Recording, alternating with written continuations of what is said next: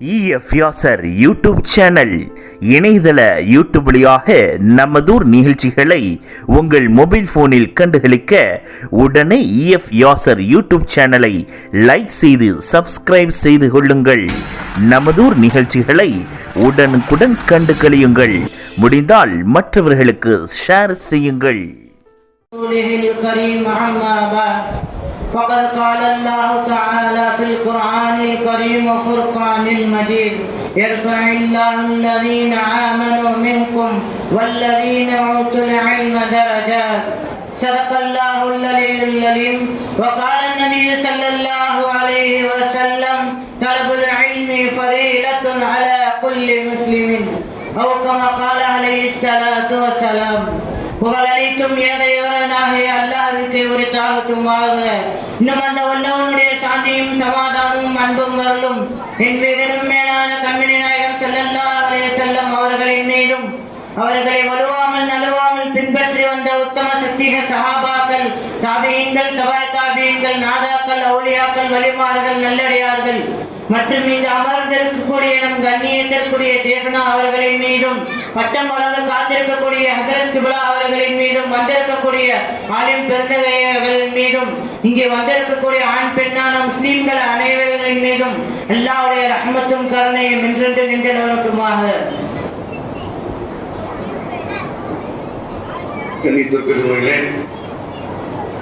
நம்முடைய பல்லப்பட்டி ஜாமியா உஸ்வத்துல் ஹஸனா அரபிக் கல்லூரியின் முதல்வரும் நம்முடைய மாவட்டத்துடைய நாம் உணர்ந்து கொள்ள வேண்டும். அல்லாஹ் தஆலா இப்படி குர்ஆனிலே மார்க்கம் என்பது இரண்டு விஷயங்களில் பொறுத்தவரை இருக்கிறது. ஒன்று அமலிலும், இன்னொன்று இல்மிலும். இந்த அமல் என்பது ஒவ்வொரு வக்திலும் ஒவ்வொரு குறிப்பிட்ட நேரத்தில் தான் செய்யப்படும். உதாரணமாக 5 நேர தொழுகை என்பது ஒவ்வொரு 5 நேர தொழுகையாக கடமையாக்கப்பட்டுள்ளது. நோன்பு என்றால் 12 மாதங்களில் ஒரு மாதமான ரமலான் மாதத்தில் கடமையாக்கப்பட்டுள்ளது. ஜகாத் என்பது வருடத்திற்கு ஒரு முறை கடமையாக்கப்பட்டுள்ளது. ஹஜ் என்பது ஒரு மனிதனுடைய ஆயுளில் ஒரு முறை கடமையாக்கப்பட்டுள்ளது. ஆனால் கல்வியை தேடுவது என்பது எல்லா சூழ்நிலைகளிலும், எல்லா காலத்துகளிலும், எல்லா நேரங்களிலும் கல்வியை தேடுவது என்பது ஒரு முஸ்லிமானவர்களுக்கு கட்டாய கடமையாக்கப்பட்டுள்ளது. தாவூத் அலைஹிஸ்ஸலாம் அவர்களுக்கு அல்லாஹ் தஆலா இப்படி ஒரு கட்டளை இடுவார். தாவூதே, உங்களுடைய காலணிகளை நீங்கள் இரும்பால் செய்து கொள்ளுங்கள். உங்களுடைய அசாவை, உங்களுடைய கைத்தடியை இரும்பால் செய்து கொள்ளுங்கள். காரணம், அந்த அளவிற்கு கல்வியை தேடி செல்லுங்கள் என்பதாக தாவூத் அலைஹிஸ்ஸலாம் அவர்களுக்கு அல்லாஹ் தஆலா இப்படி கட்டளையிட்டான். ஒரு பொருள் இரும்பால் செய்தால் எந்த அளவிற்கு கெட்டியாக இருக்குமோ, வெகு சீக்கிரத்தில் அது உடையாதோ அந்த அளவிற்கு கல்வியை தேடு என்பதாக அல்லாஹ் தஆலா இங்கு வலியுறுத்துகிறான். நாம் உணர்ந்து கொள்ள வேண்டும். இல்மு என்பது உள்ளத்திலே தொடர்புடையதாக இருக்கிறது. எப்படி ஒரு மனிதனுக்கு உணவு இல்லாமல் அவனால் உயிர் வாழ முடியாதோ, அதே போன்று ஒவ்வொரு உள்ளத்திற்கும் கல்வி இல்லாமல் அந்த கல்வி உயிர் வாழ முடியாது. கல்வி இல்லாத உள்ளம் மரணித்து விடும் என்பதாக கண்மணி நாயகம் ஸல்லல்லாஹு அலைஹி வஸல்லம் அவர்கள் கூறுவார்கள். மன் கான ஹய்யன் பில் இல்மி லம் யமுத் அபதா.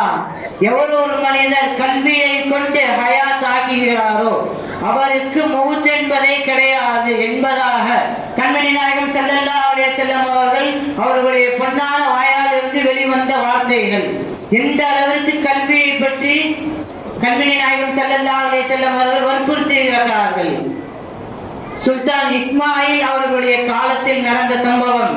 இஸ்மாயில் என்கிற சுல்தான் அவர்களை ஒரு ஆலிம் பெருந்தகை, மிகப்பெரிய ஒரு மார்க்க அறிஞர் சந்திக்க வருகிறார்கள். மார்க்க அறிஞர் சந்திக்க வரக்கூடிய விஷயத்தை சுல்தான் அவர்கள் அறிந்து கொள்கிறார்கள்.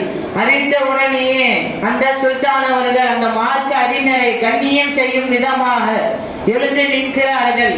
எழுதி நின்ற உடனே அவர்களுடைய மேன்மையை அறிந்து கொண்டார்கள். சுல்தான் அவர்கள் அவர்களுடைய தேவையை பூர்த்தி செய்துவிட்டு அந்த மார்க்க அறிஞர் சென்று விடுகிறார்கள். சென்ற பின்னாடி அந்த சுல்தானுடைய சகோதரர் பார்த்து கேட்கிறார்கள், இஸ்மாயிலே, உங்களுடைய அந்தஸ்தை நீங்கள் குறைத்து விட்டீர்கள். ஒரு சாதாரண மனிதருக்காக எந்திரிச்சு நின்றவுடனேயே உங்களுடைய அந்தஸ்தை குறைத்து விட்டீர்கள். இது மக்கள் கேட்டால் சுல்தானுடைய அந்தஸ்தை அவர்களை குறைத்து விட்டார்கள் என்பதாக கூறுவார்கள் என்று அந்த சகோதரர் சொன்ன உடனே அந்த சுல்தான் அவர்கள் கூறினார்கள், பதில் கூறினார்கள், நான் அவர்களுடைய அந்த கல்வியாளருடைய மேன்மையும் புரிந்து கொண்டேன், அவருடைய சங்கையும் அவருடைய பலிலையும் அறிந்து கொண்டேன், அதனால் தான் அவர்களுக்கு நான் கண்ணியம் செய்தேன் என்பதாக அவர்கள் சொல்லி முடிக்கிறார்கள். அன்றைய இரவே கண்மணி நாயகம் ஸல்லல்லாஹு அலைஹி வஸல்லம் அவர்கள் அந்த சுல்தானுடைய கனவிலே தோன்றி, இஸ்மாயிலே, திட்டமாக அல்லாஹ் தஆலா இப்படி எழுந்து விட்டான், நீங்கள் அந்த ஆலிம் பெருந்தகையை, அந்த அறிஞரை, மார்க்க அறிஞரை கண்ணியம் செய்த காரணத்தினால் உங்களுடைய வாரிசுதாரர்களில் 100 ஆண்டுகளுக்கு உங்களுடைய வாரிசுதாரர்கள் தான் இந்த நாட்டை ஆள வேண்டும் என்பதாக ஆட்சி பொறுப்பை உங்களுடைய வாரிசுகளிலே அல்லாஹ் தஆலா திட்டமாக எழுதிவிட்டான்.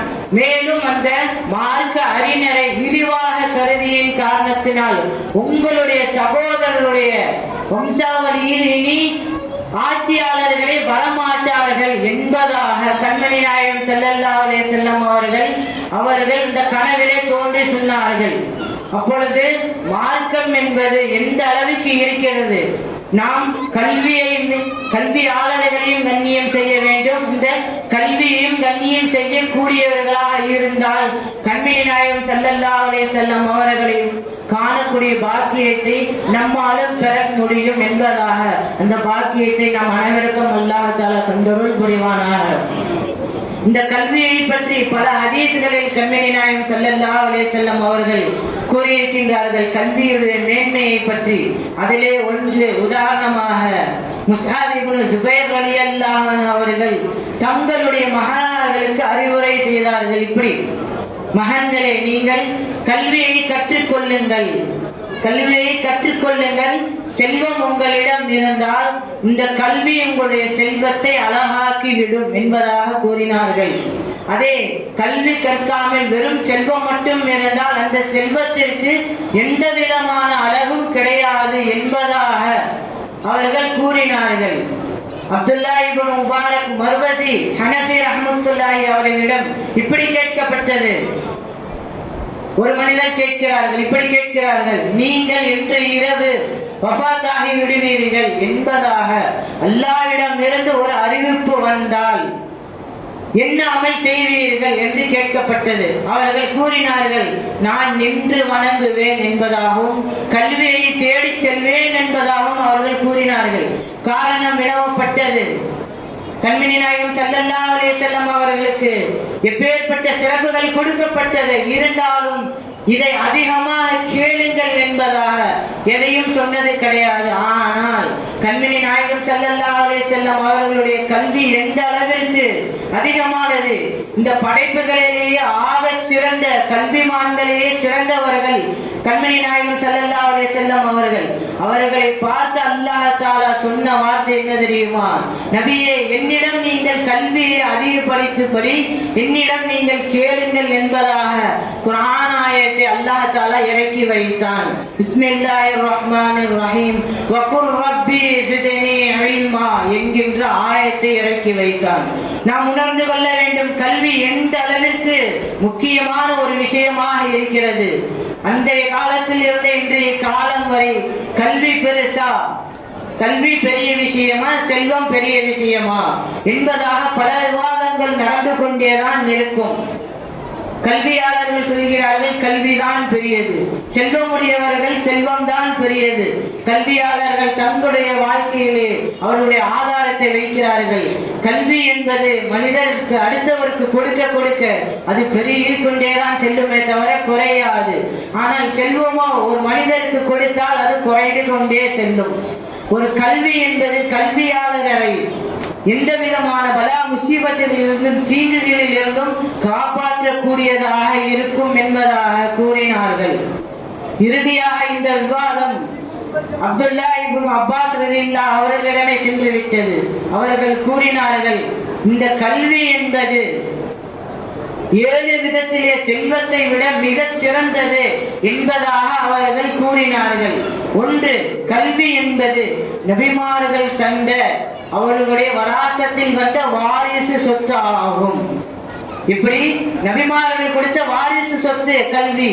ஆனால் இந்த செல்வமோ பல வழிகேட்டில், பல தீய பாதையில், பல இன்னல்களில் இருந்த வழிகேடர்களுடைய மூதேவிகளுடைய செல்வம் தான் இது. அந்த செல்வம் தான் அவர்களுடைய வாரிசு சொத்து என்றார்கள். இரண்டாவது, கல்வி என்பது ஒரு மனிதரை பாதுகாக்கக்கூடியதாக இருக்கும்.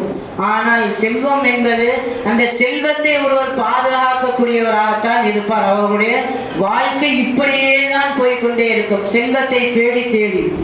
மூன்றாவதாக, செல்வம் என்பது அல்லாஹ் தஆலா விரும்பியவர் விரும்பாதவர் அனைவருக்கும் அல்லாஹ் தஆலா கொடுத்து விடுவான். ஆனால் கல்வி என்பது அல்லாஹ் தஆலா யாரை நல்வழிப்படுத்த நினைக்கின்றானோ, யாரை விரும்புகின்றானோ அவர்களுக்கு மட்டும்தான் இந்த கல்வியினுடைய பாக்கியத்தை அல்லாஹ் தஆலா தந்தருள் புரிவான். நான்காவதாக, இந்த கல்வியாளர்களுக்கு என்றைக்குமே மரணம் கிடையாது. அவர்களுக்கு அவர்களுடைய வாக்குகள், அவர்கள் கற்றுத்தந்த கல்வி என்றைக்குமே மரணமாகவே கிடையாது. ஆனால் செல்வமுடையவர்கள் அவர்களுக்கு மரணம் நிச்சயம் வந்துவிடும். ஐந்தாவதாக, செல்வம் என்பது ஒரு வாரிசு சாஹிபில் ஒரு கல்வியாளர் எந்த அளவிற்கு அவருடைய இல்மு அவர் கூடயே இருக்கும். அவருடைய அமல் என்பது துண்டிக்கவே படாது. அதனுள்ளாகவே அவர்கள் கியாமத் நாளில் எழுப்பப்படுவார். ஆனால் செல்வம் உடையவர் அவர் எப்பொழுது மௌத்தாகிறாரோ அப்பொழுது அது துண்டிக்கப்பட்டுடும். அந்த செல்வம் அவருடைய சொந்த பந்தங்களுக்கு, அவருடைய வாரிசுகளுக்கு தான் மேல்மிச்சமாக இருக்கும். அவருக்கு ஒரு பிரயோஜனமும் தராது செல்வம் என்பதாக கூறினார்கள். ஆறாவதாக, அமல் செய்யக்கூடியவர்கள். செல்வம் என்பது செல்வமுடையவர் அவர் மரணித்து விடுவார். மரணித்து விட்டால் அவருடைய உடல் அழிந்துவிடும்.